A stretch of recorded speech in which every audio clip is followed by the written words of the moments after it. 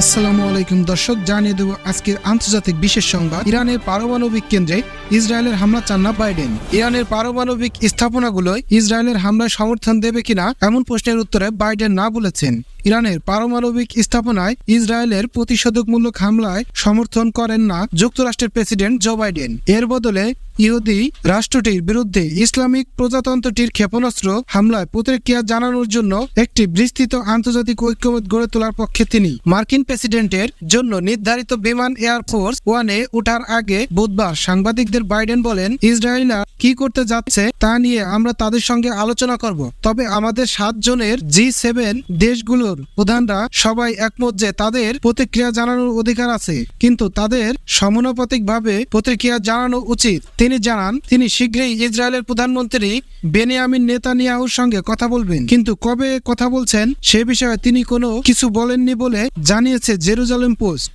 Biden জোর দিয়ে বলেন, ইরান বড় ভুল করছে, ইরানের উপর কিছু নিষেধাজ্ঞা আরোপ করা হবে। ইরানের পারমাণবিক স্থাপনাগুলোয় ইসরায়েলের হামলার সমর্থন দেবেন কিনা এমন প্রশ্নে বাইডেন বলেন না। এর আগে বাইডেন G7 দেশগুলোর যুক্তরাষ্ট্র, Canada, France, Germany, Italy, Japan ও যুক্তরাষ্ট্র সরকার প্রধানদের সঙ্গে ইসরায়েল ইরান সংকট ও মধ্যপ্রাচ্য জুড়ে আঞ্চলিক যুদ্ধ ছড়িয়ে পড়ার যে ঝুঁকি তৈরি হয়েছে তা নিয়ে কথা বলেন। এ বিষয়ে হোয়াইট হাউসের প্রেস সেক্রেটারি কারিন জন পিয়ার বলেন, তারা ইসরায়েলের বিরুদ্ধে ইরানের অগ্রহণযোগ্য আক্রমণ নিয়ে আলোচনা করছেন। তিনি জানান, ইরানের বিরুদ্ধে আরো নিষেধাজ্ঞা জারি সহ সমন্বিত প্রতিক্রিয়া জানানো দরকার বলে G7 নেতারা মনে করেছেন। বাইডেন ইসরায়েল ও এর জনগণের প্রতি পূর্ণ সংহতি ও সমর্থন জানিয়েছেন। ইসরায়েলের নিরাপত্তার বিষয়ে যুক্তরাষ্ট্রের প্রতিশ্রুতির বিষয়টিও নিশ্চিত করেছেন বলেন পিয়ার। মঙ্গলবার রাতে ইসরায়েলে 180টিরও বেশি ব্যালিস্টিক ক্ষেপণাস্ত্র দিয়ে হামলা চালায় ইরান। এ হামলার জন্য ইরানকে কঠিন মূল্য দিতে হবে বলে প্রতিশ্রুতি জানিয়েছেন নেতানিয়াহু। কিছু বিশ্লেষক বলেছেন, এইবার সম্ভবত ইসরায়েলের প্রতিক্রিয়া আরো তীব্র হবে। ইসরায়েল ইরানের পারমাণবিক স্থাপনা অথবা তেল অবকাঠামোতে আঘাত হানতে পারে বলে ধারণা প্রকাশ করেছেন তারা। মঙ্গলবার রাতে ইরানের ক্ষেপণাস্ত্র হামলার প্রতিরোধে ইসরায়েলের সঙ্গে যে 3টি দেশের সামরিক বাহিনীর কাজ করছে, যুক্তরাষ্ট্র তাদের অন্যতম।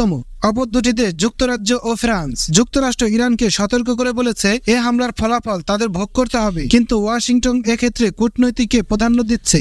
যুক্তরাষ্ট্রের সহকারী পররাষ্ট্রমন্ত্রী কুট ক্যাম্পে বলেন, ইরানের হামলার যে কোনো প্রতিক্রিয়ার বিষয়ে মার্কিন প্রশাসন ইসরায়েলের সঙ্গে জোটবদ্ধ হতে চলেছে, কিন্তু মধ্যপ্রাচ্যে যে বিপজ্জনক পরিস্থিতি বিরাজ করছে তাও আমলে নিচ্ছে।